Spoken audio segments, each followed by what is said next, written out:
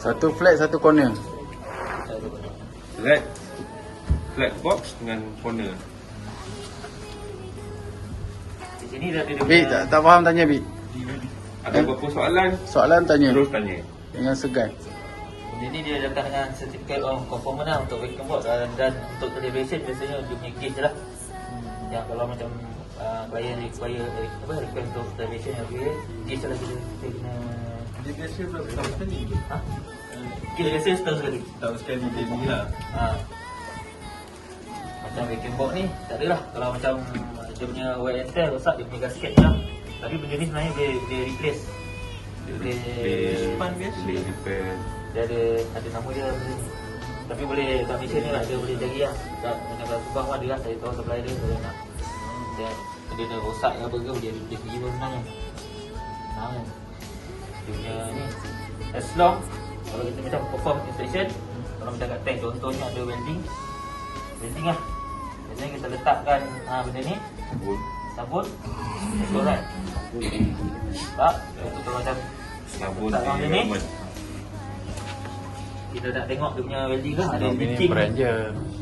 bocor Boleh tidak, pakai. masukkan kompresor, on dia punya valve. Tapi dia pressure chemical. Lepas tu dia punya pressure, tengok minus biasanya between 15 hingga 30 Pastikan kPa. benda dalam tu lah. Dia dengan beza meter yang dalam tu. Biasanya kalau dia dah macam dah achieve, kita tutup dia punya lubang ni. Berapa lama? Tak sekejap lah benda tu. Bila dah macam dah Dia rasa contoh dekat 30 betul kPa lah. ada dekat. Tapi kalau macam wall pun kalau kita letak, bila dah 30 kPa kita lepas pun benda ni melekat. Kita akan tutup. So kalau macam ada leak, kita nampak bubble. Saya berapa sekali dengan pressure gauge dan drop sikit lah. Jadi guys, Dia tak drop tak? sepatutnya tak drop lah. Sepatutnya kalau benda ni baik lah. Tapi kadang-kadang ada juga macam benda ni pun ada juga ni.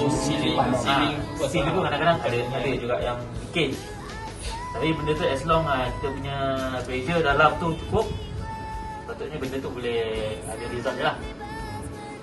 Jadi kalau macam benda ni cun je lekat, kita nak releasekan pressure tu, ni valve ni untuk release. Jadi bila dah release, okay, boleh remove lah. Ni kalau dia punya section kita nak refer mana? Section ni kat dalam untuk kalau vacuum box ni. Kalau kita memang tengok aspek pada dalam dia. Kalau untuk section ni tak. Saya rasa lama punya, dia ada update nya. Kalau tu berapa tak ingat, tapi dia punya biasa lah.